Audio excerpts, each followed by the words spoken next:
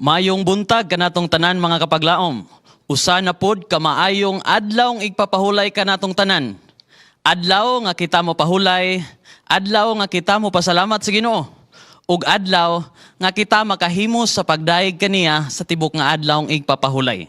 Mga kapaglaom ni ining kabuntagon, ang atong hisgutan ni ining atong bahin na atong pagsimba karon naguluhan, ambition, God's mission for you to take. Ang atong mga pangandoy, usa kini kabuluhaton nato para ngadto sa Ginoo. Hinoon, kita nasayod no sa katapusan niining mga panahon na karon, ang mga kabataan siguro nilampos sa ilang mga pag-eskwela. Usahay sa ilang paglampos niining nga mga paagi, sila mangandoy pagyud og daghan pang mga pangandoy sa unahan. Apan usahay, nay mga butang nga, bi, unsaon ka nako ni? Ako ba gining paningkamutan kay ako ni personal? Nining kabuntagon mga kapaglaom ato ning tagaang pagtagad.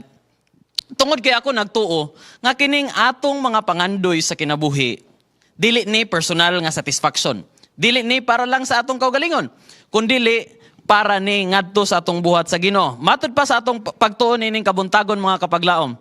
Sa 2 Tesalonica 4:11 ug 12.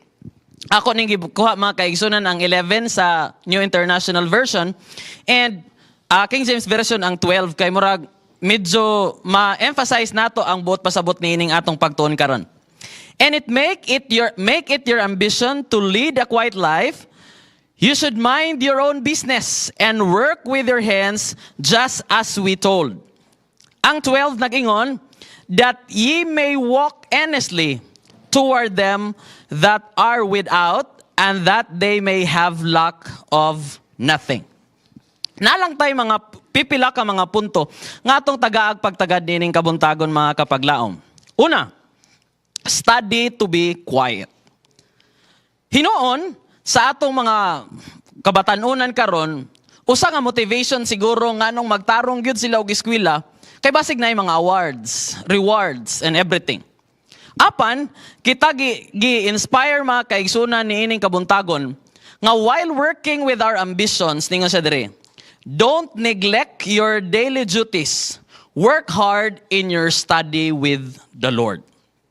Buta tong sabton, nga kiniday ang atong pag-eskwela, kiniday ang atong gipangandoy siguro nga kalampusan sa atong edukasyon, ato day ubanon ang Ginoo niini. Gani, ako gyud i-emphasize kasagaran nga, kung kita mga Kristohanon, ningon pa sa Deuteronomy 28:13, the Lord will make the head not the tail. If you pay attention to the commands of the Lord, you will always be at the top, never at the bottom. But pasabot, ato di ay mapakita si Ginoong Hesus nga atong Dios og butan kay nga Ginoo. Nga, mo panalangin gyud nimo diha sa imong pag-eskwela, no? Kay usahay, makain ka nga, naalagi kay Ginoo, pero ang imong performance kay respitar, murag lain man. Ang imong grado kay murag kaginhawaon rapod gamay, no? Murag kana nga mga punto mga kapaglaom, atong paningkamutan nga, well, we can not neglect our daily duties kay pag-eskwela. Inadlaw-adlaw magid na. Gani sa akong gina-embrace ba when we were doing study, wala na naghatag lang og ay pagbasa nako bright kay ko. No. Somehow it really reflects on unsa kaha atong character, no? Atong attitude while doing this study. Gani ningon siya, work hard in your study with the Lord. Atong tun-an, atong pagtuon, ato gyud i-partner ang Ginoo mga kapaglaom.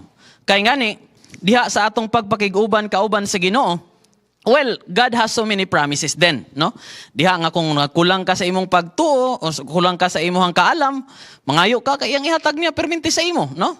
So, iyan ang gisaad diha mga kaigsunan sa James. Subot pasabot, kining atong pag-eskwela, it's one God's commands to us nga atong buhaton kini kay ang pagtarong nato diha sa atong pag-eskwela mo nang pagiusab nga atong madayeg ug mapasalamatan ng Ginoo. Ikaduha nga punto sa atong pagtuon, do your own business. Siguro somehow this would really think nga, ay, negosyo good or whatever. Pero matod pa sa mga komentary mga kaigsunan, doing your own business somehow nagpakita nga atong ipakita ang atong physical labor is not a curse but a divine appointment. Kini nagpasabot nga kinahanglan ta magbuhat. Physical nga pagbuhat. Kailangan ta magbuhat og mga butang mga kaigsunan. Kaya again, dili ni cursed but a divine appointment. Buta tong sabton. Ingon diri sa atong pagtuon karon nga unsa kunoy purpose sa work? Una, magbuhat ka kay para be a self-supporting. Avoid becoming a burden to others. Magbuhat ka kay ngano man para makasustinar ka sa imong kaugalingon, no? Kita nga siguro wala na nag-eskwela pero nanimpalad sa kinabuhi, kinahanglan ka maning kamot, no? Para ma-self-supporting ka. Ikaduha, met their own needs. Ensure that they do not suffer lack. Mo man giingon sa atong pagtuon mga kaigsunan, 2 Thessalonians 4:11 ug 12 nga sige, make it your ambition to live a quiet life, to mind your own business so that you will never be dependent to anybody. Pero nako iduga nga bersikulo dinhi mga kaigsunan sa 2 Thessalonians 3. Ningon sa dinhi 2 Thessalonians 3:10, for even when we were with you, this we commanded you. Nagpadayon, that if any would not work, neither should he eat. No? Kung di kuno bisan pag mag-uban ta, pero kay kung wa ka nagtrabaho, di ka na ko pakaunon. Sa mayong balita nga translation diya mga kaigsunan, ang tapulan dili pakaunon. Subot pasabot, akong balikon ang punto sa atong pagtuon nga kung mag-eskwela ka, tarungon pag-eskwela kay kini command sa Ginoo. Ikaduha, kung nagtrabaho ka, trabaho og tarong. Kay this would also be providing your needs and supporting nga dili ta makabsan mga kaigsunan. Kita na sayod ang atong kinabuhi, ang atong kalibutan karon grabe na kalisod, no? Mahal na kayo ang gasolina, unya ang palaliton, mura pug ipang sagulan og gasolina.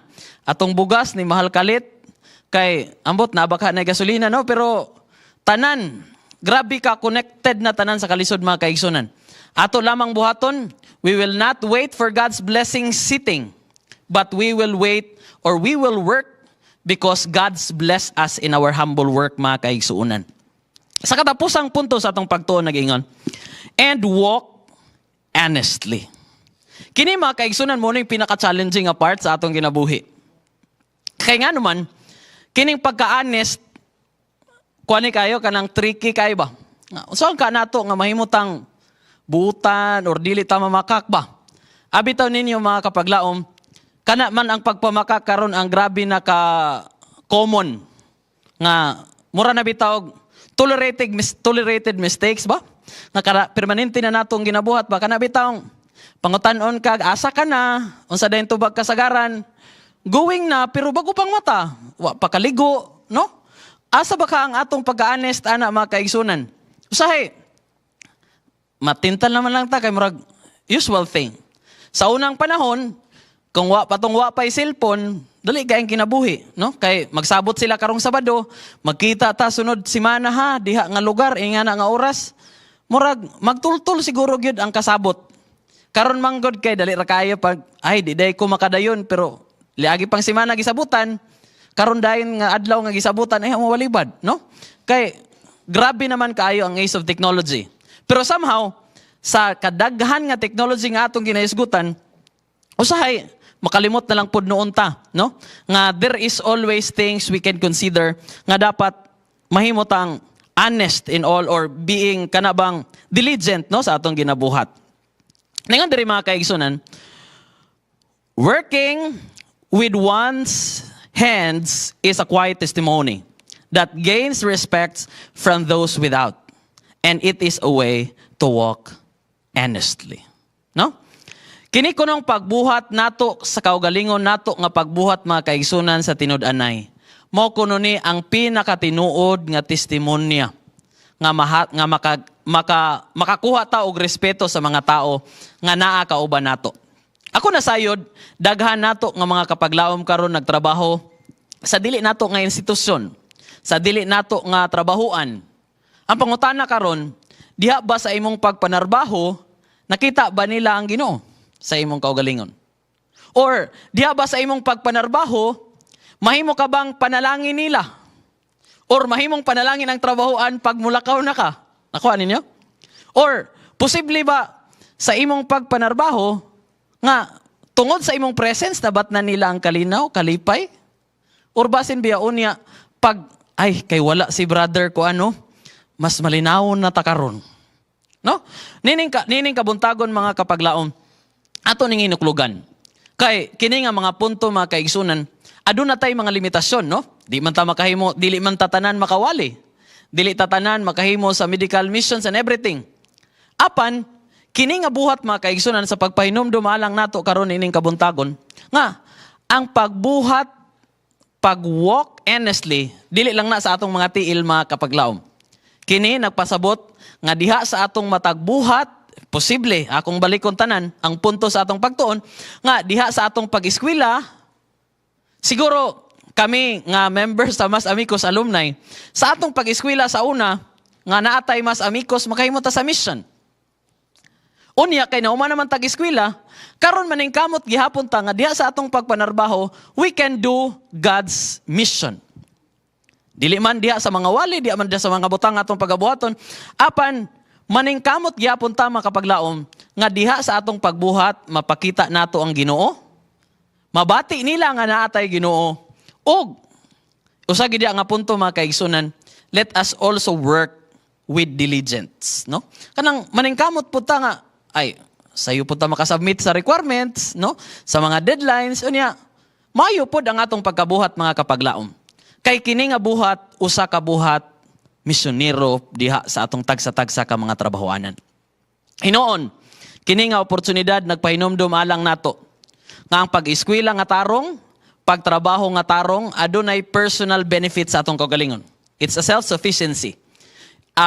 Benepisyo nga kita mabuhi, mapanalanginan, apan luyo ni anang tanan mga kaigsunan, mabati pud unta nato ang gasa or oportunidad nga kita makahimo sa pag-share sa panalangin sa Ginoo ngadto sa uban ng mga kapaglaom.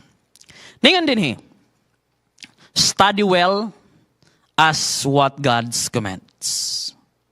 Maning kamot ta sa tong pag-eskwela mga estudyante, no?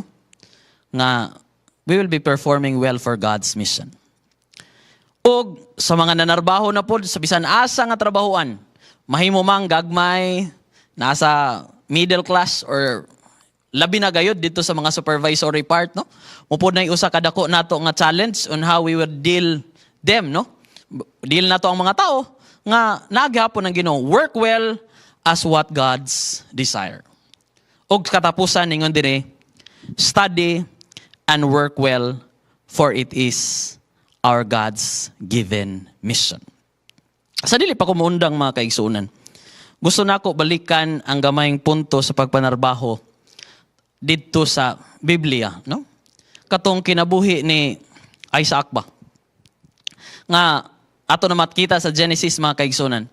Nga hinuon pagkakita ni King Abimelech niya, ingon si King Abimelech dito siya nga ay kay kuan ka man kaayo, nag-abli raman siya og well mga kaigsunan. Ingon si King Abimelech, gisugo na yung mga sakop, tabunin na. Pagtabon mga kaigsunan, nangita na po paagi si Isaac nga mangita na po siya other place, no? In Israel nga para makahimo na po sa pag-abli na po siya ang well. Kaya nga naman, agriculture man siya. Kailangan man siya magtanom. Kailangan raman siya para mabuhi. Nahitabo, ikaduhang bangag sa well mga kaigsunan, gitabunan gyapon ni King Abimelech. Pero, ingon gyapon niyang sakop, King, si Isaac, ipanalanginan gyapon si Ginoo. Daghan gyapon kayang harvests.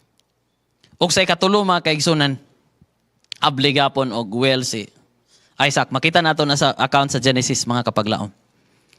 Og nahitabo, ay wala gipanalanginan gyapon si Isaac sa Ginoo. Kabalo kaon sa giingon ni King Abimelech sa iya. Giadtuan ni King Abimelech si Isaac kauban sa iyang mga sakop. Ingon dayon si King Abimelech, ang Ginoo sa imong amahan nga si Abraham, tinuod nga matinud-anon nga magpanalangin kanimo. Di ba? What an inspiring experience mga kaigsunan. Kot raman to. Para sa iyang panginabuhi. Pero, wasad siya nag-ingon, nga, kailangan mo tuugid ka king, nga butan kaya akong Ginoo. Wala man. Pero niadto ra si King Abimelech dito naingon, ang imong Ginoo, ang Ginoo sa imong amahan nga si Abraham, matinud-anon nga mo panalangin sa iyang mga katawhan. Mga kaigsunan, mga kabatanunan, nga nag-eskwela karon sa daghan nga mga university sa atong komunidad. Bisan ta gilutos siguro sa daghang mga paagi na. Nakita ba ka nila ang Ginoo sa atong mga reaction sa mga sirkumstansya? Ug daghan man kita karon nga nanarbaho sa unsang klase nga panarbaho.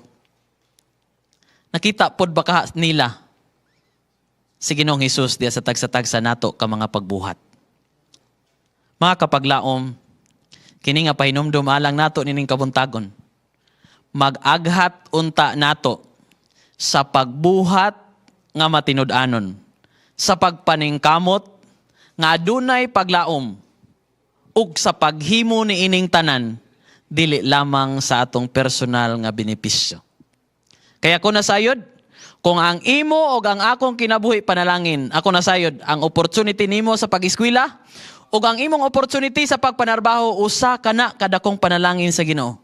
Tungod kay it is God's greatest blessing. We will do this well with our great desire nga mangayo kita sa giya sa Ginoo. Ako mag-ingon sa katapusan mga kapaglaom. Study and work well, for it is our God's given mission. Ako nang hinaot, nining atong pagtuon karon, nga kini maghatag og dakong paglaom kanimo karon, og maghatag og inspirasyon kanimo karon sa pagpadayon sa imong eskwela, sa pagpadayon sa imong buluhaton, apan with a great partnership with the Lord, with a great determination, nga kini nga pagbuhat, usa ka oportunidad nimo og nako, aron mapakita nato ang Dios diya sa komunidad, nga usa ka matinud-anon nga Ginoo, usa ka mahigugmaon nga Ginoo, og labaw sa tanan, angayan natong higugmaon og alagaron sa tanang panahon. Maayong buntag og happy Sabat kanatong tanan mga kapaglaom.